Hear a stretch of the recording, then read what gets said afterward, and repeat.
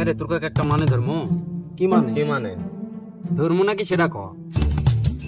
লে ধরলে কামরার বন্ধু আওয়ার গুলি মান্নু ফাকত লাগলো লাকত। এখন ক এটার মানে কি?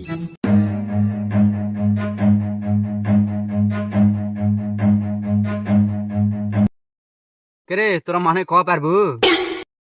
আমি পারতি না, তোরা কেউ পারবো? না, মেলাই তো ভাবনু, ভাবলো পারছি না। তেলে তুই ভাঙ্গা দিলে ক।